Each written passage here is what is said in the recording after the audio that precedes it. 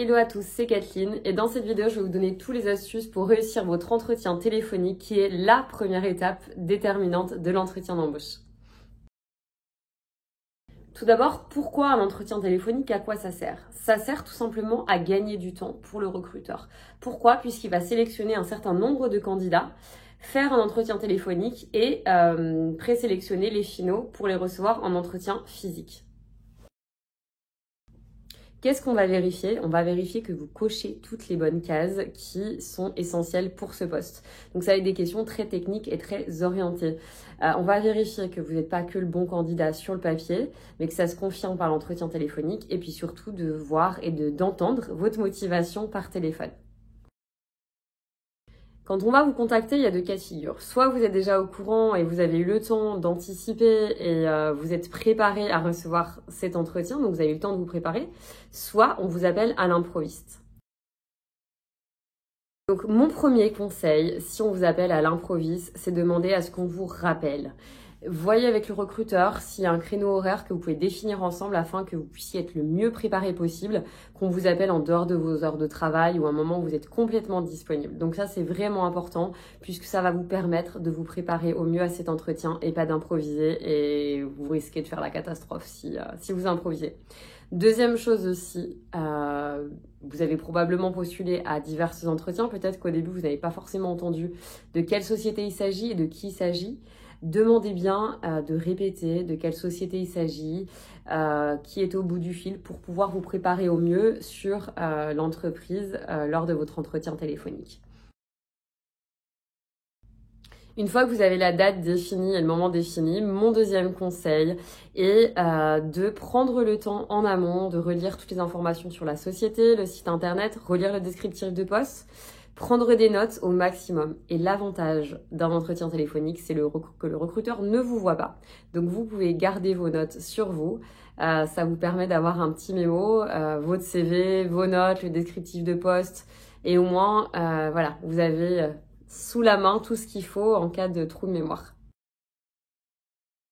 Troisième conseil, maintenant que vous savez à quel moment vous allez être contacté, préparez-vous, mettez-vous dans un endroit calme où personne ne peut vous distraire.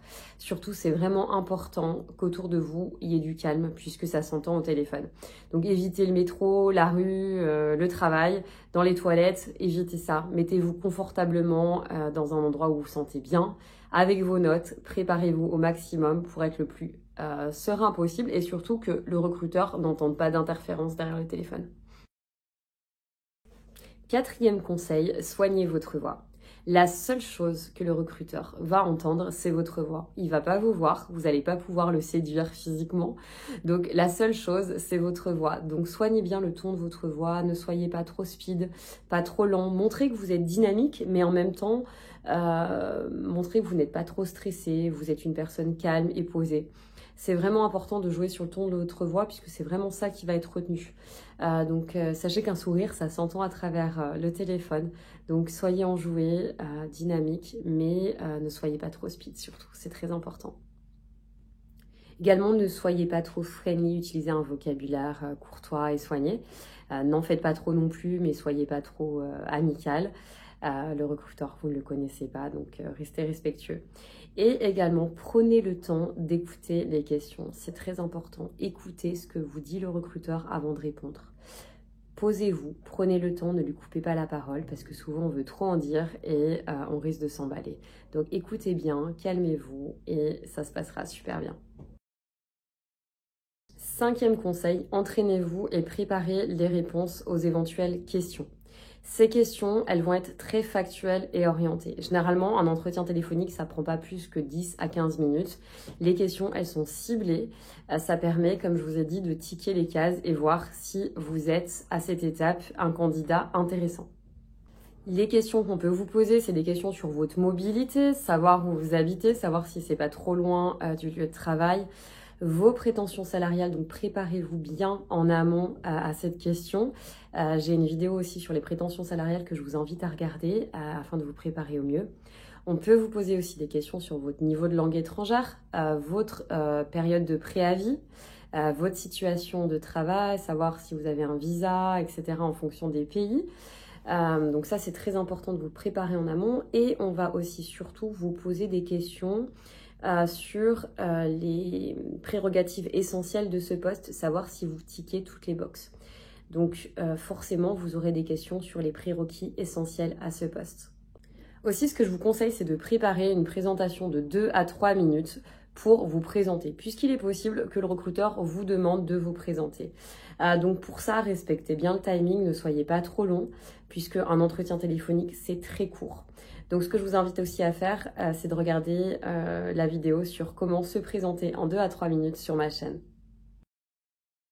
6e conseil, préparez des questions pertinentes en amont. À la fin de l'entretien, le recruteur va peut-être vous demander si vous avez des questions. Donc préparez des questions factuelles qui vous intéressent de savoir sur le poste. Par exemple, quelles vont être les responsabilités principales de ce poste, quels vont être les challenges, des questions factuelles et simples pour vous permettre à vous aussi d'avoir les réponses pour ce poste de travail et puis surtout aussi de montrer que vous êtes intéressé par ce poste.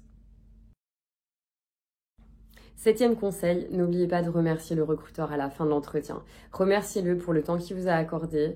Refaites-lui part de vos motivations et aussi demandez-lui quelles vont être les prochaines étapes du recrutement. C'est important pour vous aussi de vous projeter, savoir si après ce recrutement, vous allez avoir un entretien physique et quand, s'il y aura d'autres entretiens. Donc n'hésitez pas à lui demander à la fin de l'entretien. À la fin de l'entretien, ce que je vous conseille, c'est d'envoyer un mail ou un WhatsApp pour réexprimer une nouvelle fois vos motivations et remercier le recruteur. C'est souvent très apprécié et ça vous permet de faire la différence. J'espère que cette vidéo vous aura servi à vous préparer au mieux pour votre entretien d'embauche. Si vous avez aimé cette vidéo, je vous invite à la liker. Et si vous voulez découvrir d'autres vidéos pour vous préparer au mieux pour vos futurs entretiens, je vous invite à vous abonner sur ma chaîne et à découvrir mes nouvelles vidéos. Je vous souhaite une très belle journée, bonne chance pour vos futurs entretiens et à bientôt!